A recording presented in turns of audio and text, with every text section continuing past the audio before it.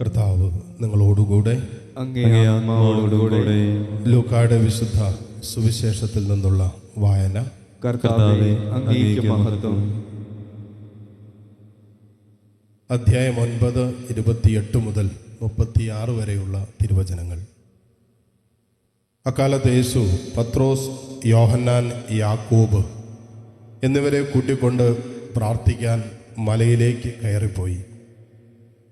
പ്രാർത്ഥിച്ചുകൊണ്ടിരിക്കുമ്പോൾ അവൻ്റെ മുഖഭാവം മാറി, വസ്ത്രം വെണ്മയോടെ ശോഭിച്ചു.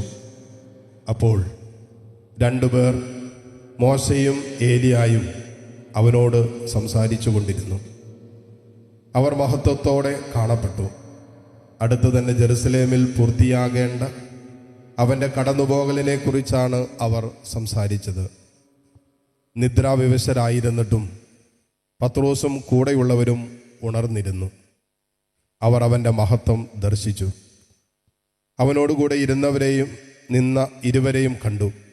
അവർ പിരിഞ്ഞു പോകുമ്പോൾ പത്രോസ് യേശുവിനോട് പറഞ്ഞു, ഗുരോ, നാം ഇവിടെ ആയിരിക്കുന്നത് നല്ലതാണ്. ഞങ്ങൾ 3 കൂടാരങ്ങൾ ഉണ്ടാക്കാം. ഒന്ന് നിനക്ക്, ഒന്ന് മോശയ്ക്ക്, ഒന്ന് ഏലിയായിക്ക്. താൻ എന്താണ് പറയുന്നതെന്ന് അവന് തന്നെ നിശ്ചയമില്ലായിരുന്നു. അവനത് പറയുമ്പോൾ ഒരു മേഘം വന്ന് അവരെ ആവരണം ചെയ്തു.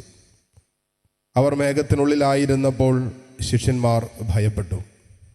അപ്പോൾ മേഘത്തിൽ നിന്ന് ഒരു സ്വരം കേട്ടു, ഇവൻ എൻ്റെ പുത്രൻ, എൻ്റെ തിരഞ്ഞെടുക്കപ്പെട്ടവൻ, ഇവൻ്റെ വാക്ക് ശ്രവിക്കുവിൻ. സ്വരം നിലച്ചപ്പോൾ യേശു മാത്രം കാണപ്പെട്ടു. ശിഷ്യന്മാർ മൗനം അവലംബിച്ചു. തങ്ങൾ കണ്ടതൊന്നും ആ ദിവസങ്ങളിൽ അവർ ആരോടും പറഞ്ഞില്ല. കർത്താവിൻ്റെ സുവിശേഷം. ക്രിസ്തുവേ, അങ്ങേക്ക് സ്തുതി.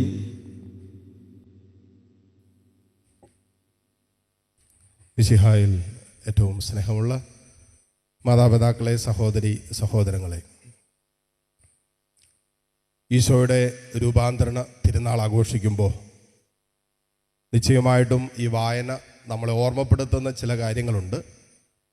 അനുദിന ജീവിതത്തിൽ നാമും ഈശോയെപ്പോലെ രൂപാന്തരണം പ്രാപിക്കേണ്ടതുണ്ട്.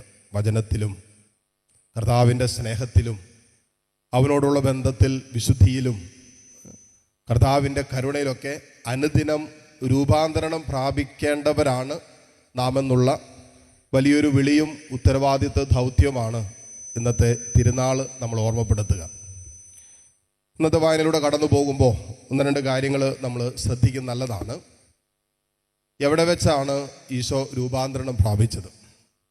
കാണാൻ പറ്റും, ഈശോ തൻ്റെ അപ്പസ്തോലന്മാരെ കൂട്ടിക്കൊണ്ട്, വചനം പറയുന്നു, മലമുകളിലേക്ക് പ്രാർത്ഥിക്കാൻ പോയി. പ്രാർത്ഥനയുടെ വേളയിൽ മലമുകളെന്ന് സുവിശേഷത്തിലൊക്കെ രേഖപ്പെടുത്തിയിരിക്കും, നമുക്കറിയാം.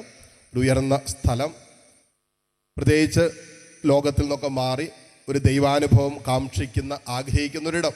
അങ്ങനെ നമ്മളതിനെ മനസ്സിലാക്കിയാൽ മതിയാകും. അപ്പോൾ നമുക്കൊക്കെ ഇങ്ങനെ ഒരു മലമുകൾ അനുദിന ജീവിതത്തിൽ ഉണ്ടായിരിക്കും, നല്ലതാണ്. എന്തിനാണ് എന്ന് ചോദിച്ചാൽ പ്രാർത്ഥിക്കാൻ. മറ്റു വാക്യം പറഞ്ഞാൽ തമ്പുരാനോട് ചേർന്നിരിക്കാൻ. അങ്ങനെ മലമുകളിലേക്ക് അപ്പസ്തോലന്മാരെ കൂട്ടിക്കൊണ്ട് പ്രാർത്ഥിക്കാൻ ഈശോ കടന്നു പോകുമ്പോൾ പ്രാർത്ഥനയുടെ വേളയിലാണ് കർത്താവിൻ്റെ രൂപാന്തരണം സംഭവിക്കുന്നത്, രൂപമാറ്റം ഉണ്ടാകുന്നത്. അല്ലെങ്കിൽ ബാഹ്യമായ ചില മാറ്റങ്ങളെക്കുറിച്ച് വചനത്തിൽ ഓർമ്മപ്പെടുത്തിങ്ങനെയാണ്, മുഖഭാവം മാറി, പ്രകാശം വെളിപ്പെട്ടു, വസ്ത്രം ഇങ്ങനെ തിളങ്ങാൻ തുടങ്ങി.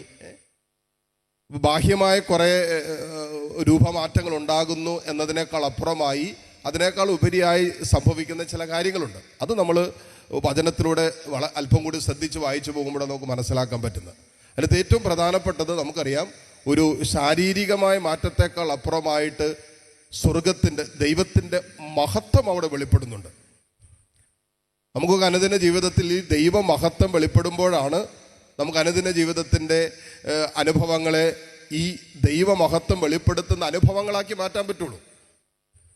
നമുക്കറിയാം, ആദ്യത്തെ രക്തസാക്ഷി സ്തെഫാനോസ്, വചനം പറയുന്നത് ഇങ്ങനെയാണ്, അവൻ്റെ ശരീരത്തിൽ കല്ലുകൾ എറിയപ്പെടുമ്പോൾ അവൻ സ്വർഗത്തിലേക്ക് നോക്കി ദൈവത്തിൻ്റെ മഹത്വം ദർശിച്ചു. ആ മഹത്വം ദർശിച്ചു കഴിഞ്ഞാൽ സംഭവിച്ചെന്താ? അവൻ്റെ മുന്നോട്ടുള്ള ജീവിത അനുഭവങ്ങളിലൊക്കെ അവൻ ദൈവ മഹത്വം വെളിപ്പെടുത്താൻ തുടങ്ങി. അപ്പം ആരുടെയൊക്കെ ജീവിതത്തിൽ ദൈവത്തിൻ്റെ മഹത്വം വെളിപ്പെട്ട് കിട്ടുന്നുണ്ടോ അവൾക്ക് മാത്രമേ ജീവിതത്തിൻ്റെ യഥാർത്ഥ അനുഭവങ്ങളിൽ ദൈവത്തെ മഹത്വപ്പെടുത്താൻ പറ്റുള്ളൂ. അപ്പോൾ പ്രാർത്ഥനയിൽ കർത്താവിൽ വെളിപ്പെട്ടത് ദൈവമഹത്വമാണ്. നമ്മൾ ലോകത്തിന് ഏതു കോണിലിരുന്നാലും കുഴപ്പമില്ല, പക്ഷേ ദൈവത്തോട് ചേർന്ന് പ്രാർത്ഥനയിലായിരിക്കുമ്പോൾ മാത്രമാണ് ഈ ദൈവമഹത്വം വെളിപ്പെടുന്നത്, അല്ലെങ്കിൽ ദൈവസ്നേഹത്തിൻ്റെ അനുഭവം ഉണ്ടാകുന്നത്, അല്ലെങ്കിൽ ഉന്നതമായ ആത്മീയ അനുഭവങ്ങൾ ഉണ്ടാകുന്നത്. ഈ അനുഭവങ്ങളാണ്, അല്ലെങ്കിൽ യഥാർത്ഥത്തിൽ ദൈവത്തോടുള്ള ബന്ധത്തിൽ നമ്മൾ അനുഭവിക്കുന്ന യഥാർത്ഥ ദൈവാനുഭവങ്ങളാണ് നമ്മൾ മുന്നോട്ട് കൈപിടിച്ച് നടത്തുന്നത്. നമുക്കൊരു ശാരീരികമായ ഒരു അഭ്യാസത്തിൽ നമുക്ക് ശരീരത്തിൽ രൂപമാറ്റം ഉണ്ടാവും. പ്രത്യേകിച്ച് നോമ്പ് കാലമൊക്കെ കഴിയുമ്പോൾ പലരും പറയാനുള്ള കാര്യമാണ്, 50 ദിവസം നോമ്പെടുത്തു, മാറ്റമില്ലെന്ന് നോക്കി. എന്താ മാറ്റം? പണ്ട് ഇടാൻ പറ്റാതിരുന്ന ഡ്രസ്സൊക്കെ ഉപയോഗിക്കാൻ പറ്റും, പാൻസൊക്കെ ഇടാൻ പറ്റും, ബനിയൻ ഇടാം, പല ശരീരത്തിനുണ്ടാകുന്ന രൂപമാറ്റങ്ങളാണ് നമ്മൾ പലപ്പോഴും ചെയ്യുന്നത്. ചിലവരൊക്കെ ജിമ്മിലൊക്കെ പോയിട്ട് ഒരാഴ്ച കഴിയുമ്പോൾ ചോദിക്കും, അച്ഛൻ വന്ന് നോക്കി ഇപ്പം ഇച്ചിരി മാറ്റമൊക്കെ കാണുന്നില്ലേ? എന്ത് മാറ്റം? അല്ല, ഇപ്പം ഇച്ചിരി ശരീരത്തിന് മാറ്റം. അപ്പോൾ ഫിസിക്കൽ ചേഞ്ചിനപ്പുറമായി നിൽക്കുന്ന ഒരു ആത്മീയമായ പ്രകാശനം ഈ സുവിശേഷത്തിൽ വെളിപ്പെട്ട് കിട്ടുന്നുണ്ട്. അതിലേറ്റവും പ്രധാനപ്പെട്ട ദൈവത്തിൻ്റെ മഹത്വം വെളിപ്പെട്ടു എന്നുള്ളതാണ്. ആ ദൈവത്തിൻ്റെ മഹത്വം വെളിപ്പെട്ടു എന്ന് മാത്രമല്ല, ആ വെളിപ്പെടുത്തപ്പെട്ട സമയത്ത് സ്വർഗം തുറക്കപ്പെട്ട് പറഞ്ഞൊരു കാര്യമുണ്ട്, ഇവൻ എൻ്റെ പുത്രൻ, ഇവൻ്റെ വാക്ക് ശ്രവിക്കുവിൻ. ഈ കാര്യങ്ങളാണ് നമ്മൾ ശരിക്കും ഹൃദയത്തിൽ സൂക്ഷിക്കേണ്ടത്.